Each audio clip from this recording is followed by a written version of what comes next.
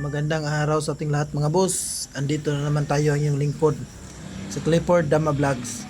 Naglaro ako sa random opening mga boss. Kaso lang may nakakilala sa akin. Isang solid ko na followers. So hinamon niya ako sa normal match mga boss. Shout out sa iyo Master Dodong Panabo. So nice game Master, nice game. Solid yung laban natin. Hinabol niya ako mga boss, sabi niya maglaro daw kami ng normal match, yung hindi random opening. So pinagbigyan natin mga boss kasi siyempre vlogger tayo. So request granted mga boss. Ika nga.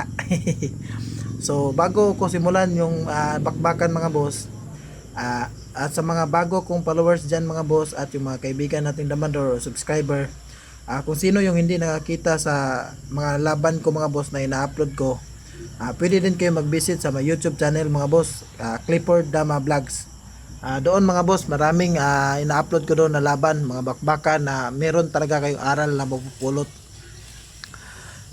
At kung sino yung gusto magpapa-shoutout mga boss, mag-comment lang po kayo sa may comment section mga boss para i-shoutout ko kayo sa next video.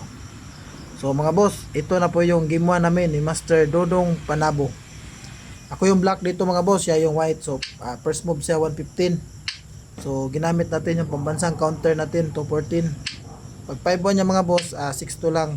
116 siya mga boss, ganyan, kain. So normal opening lang mga boss.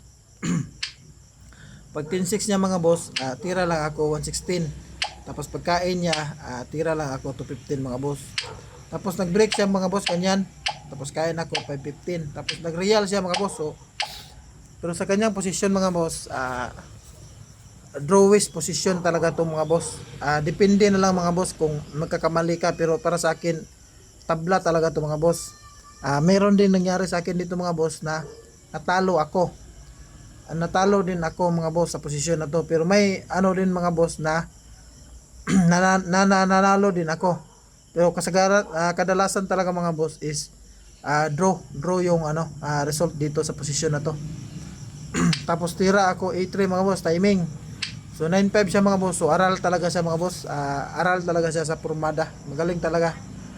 Yan talaga yung magandang counter sa sa tira na yan. Maganda yan 9-5. 11-7 ako mga boss. Tapos tira siya 12-8. So magandang tira yung 12-8 mga boss. Pagsalag na sa sa posisyon. Tapos tira ako 10-6 mga boss, 5-1 siya, 6-2. Tapos pag 11-6 na mga boss, timing lang ako 9-5. Hindi siya makatira 115 mga boss kasi matatatluhan siya. So nag 6-2 siya mga boss. Dito banda mga boss, tumira na lang ako ng 313. Tapos pag 215 niya mga boss, 7-3 lang, abang-abang na lang ako sa sa mga pisa mga boss kung saan niya ilalapag yung mga bato niya. So pag tira niya ng 8-3 mga boss, tumira lang ako ng 5-1. Dito pala mga boss, siya yung mga boss, malilit siya ng timing pala isa dito. Kasi pag tira niya ng 3-13 mga boss, may panira pa akong 12-8 dito mga boss oh. So siya yung siya yung maghahabol ng tabla dito mga boss. Tapos tumira siya ng 13-16 mga boss. Tapos sayang. So medyo napaisip ako dito mga boss kung ano yung magandang tira ko. So dito na lang ako tumira sa may 13-3 mga boss. Ganyan. Tapos pagkain niya mga boss, kain lang ako atras. Tapos pagkain niya, tumira ako ng 8-3. Pagtira niya ng 8-3 din mga boss, tumira lang ako ng 4-16. Tapos pagkain siya ganyan mga boss, dalawa. Tapos umabante lang ako mga boss ganyan. Sa 13-16. Tapos 10-6 siya mga boss. Tapos tira lang ako sa may 16-4. Tapos pag tira niya ng 161 mga boss, tumira lang ako ng 11-6. Tapos tira siya ng 115 mga boss. Tumira lang ako ng 6-2.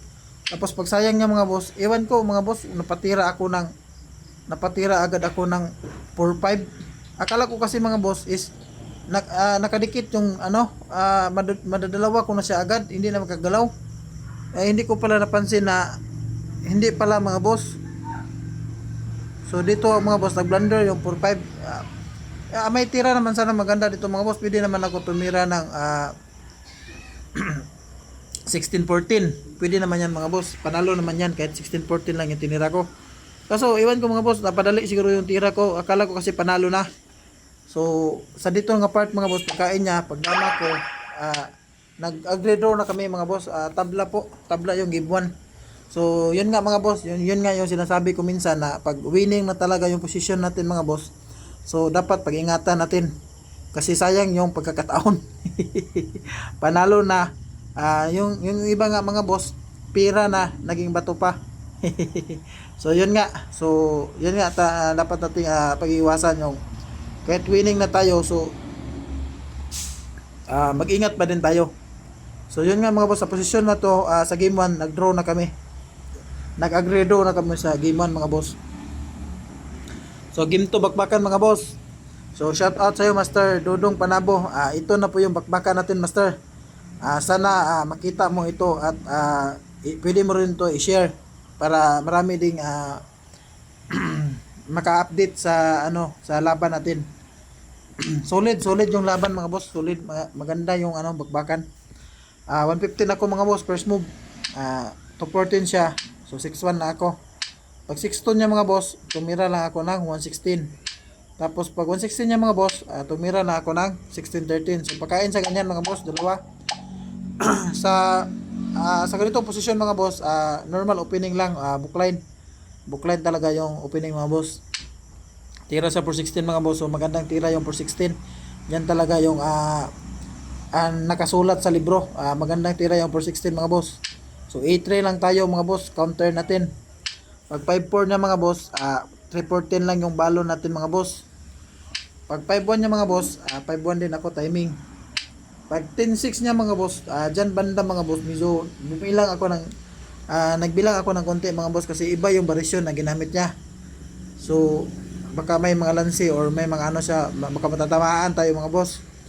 So sa part na yan mga boss, so wala naman ako nakitang so tumira na lang ako ng 9-5. Tapos pag tira niya ng 16-13 mga boss, tira lang ako 12-8. Pag tira niya 6-1 mga boss, tumira lang ako ganyan, pakain sa gitna. Positioning lang mga boss. Position lang. Pag tira niya ng 11-6 mga boss, tumira lang ako ng 11-6 din. So, siya mga boss, tumira siya ng 6-2. Pero para sa akin yung 6-2 mga boss, parang alanganin yung 6-2 mga boss. Blunder yung 6-2. Maganda sana kung sinayang na lang niya or nagpa-atras siya. Kasi tumira lang ako ng 6-1. So yung ginawa niya nito mga boss is nagpadalawa sa ganyan. So hindi niya nakita yung kain tatlo. Tapos kakain pa ako atras. So sa ganyang posisyon mga boss, parang wala na talaga, losing na talaga yung posisyon niya. Tapos gumanyan pa, tumira sa 3-13 mga boss, pagkain ko. Sa posisyon na yan mga boss, sumuko na po si Master Dodong Panabo. So shout out sa iyo Master Dodong Panabo. Nice game Master, solid yung laban mga boss. Napakagaling din na player na ito. Isang divine player. Pang-apat sa pinaka highest rank, yung rank niya mga boss. Divine. So yun nga mga boss, bago matapos itong video mga boss, sa mga bago kong followers dyan at yung mga kaibigan nating damador o subscriber mga boss, kung sino yung hindi nakakita ng laban ko mga boss na ina-upload, pwede din kayo mag-visit sa my YouTube channel mga boss. Please visit my YouTube channel, Clifford Dama Vlogs, and mag-subscribe na rin kayo mga boss para updated kayo sa bago kong mga bakbakan. Tapos kung sino yung gusto magpa-shoutout mga boss, pwede din kayo mag-comment sa comment section mga boss para i-shoutout ko kayo sa next video. So bago matapos itong video mga boss, may babasahin na ako mga nagpapa-shoutout. So shoutout sa iyo Master Mervin Patinga. Ang shoutout din sa iyo Master Potter Cebu Dalagit Mantalongon. Ang shoutout sa iyo Master Fidel Alvarado ng Cagayan de Oro City. Ang shoutout sa iyo Master William Picardal ng Ilocos. Shoutout din sa iyo Master John Balasi ng Sikihor. Shoutout sa iyo Master Tuto Silma ng Masbati. Ang shoutout din sa iyo Master Ryan Sisa the Magician. Shout out din sa iyo Master Ronald Laspunya from Lapu-Lapu City. And shout out sa iyo Master RG Iyong ng Mindanao, Zamboanga, Sibugay, Municipality of Artilem. And shout out sa iyo Master Ryan Chris Kamingay, Balansag ng Libaong, Panglao, Bohol. Shout out din sa iyo Master Angelito Plaso from Cebu. And shout out sa iyo Master Erickson and Calyado. And shout out sa iyo Master Aaron ang Malakas. And shout out sa aking idol na si Larry Dama PG ng Dimio, Bohol. And shout out sa iyo Master Munib Indana ng Zamboanga City. Shout out sa iyo Master Janly ng Balumpon City. Shout out sa iyo Master Gelben Pamiron Raman ng Padada, Davao. And shout out din sa champion ng Panglao Oscar Amakin, Pride of Panglao number 1. And shout out din sa iyo Master Doydoy Ulaer ng Karkar, Cebu. And shout out din sa iyo Master Ereher Cantoria Hazer.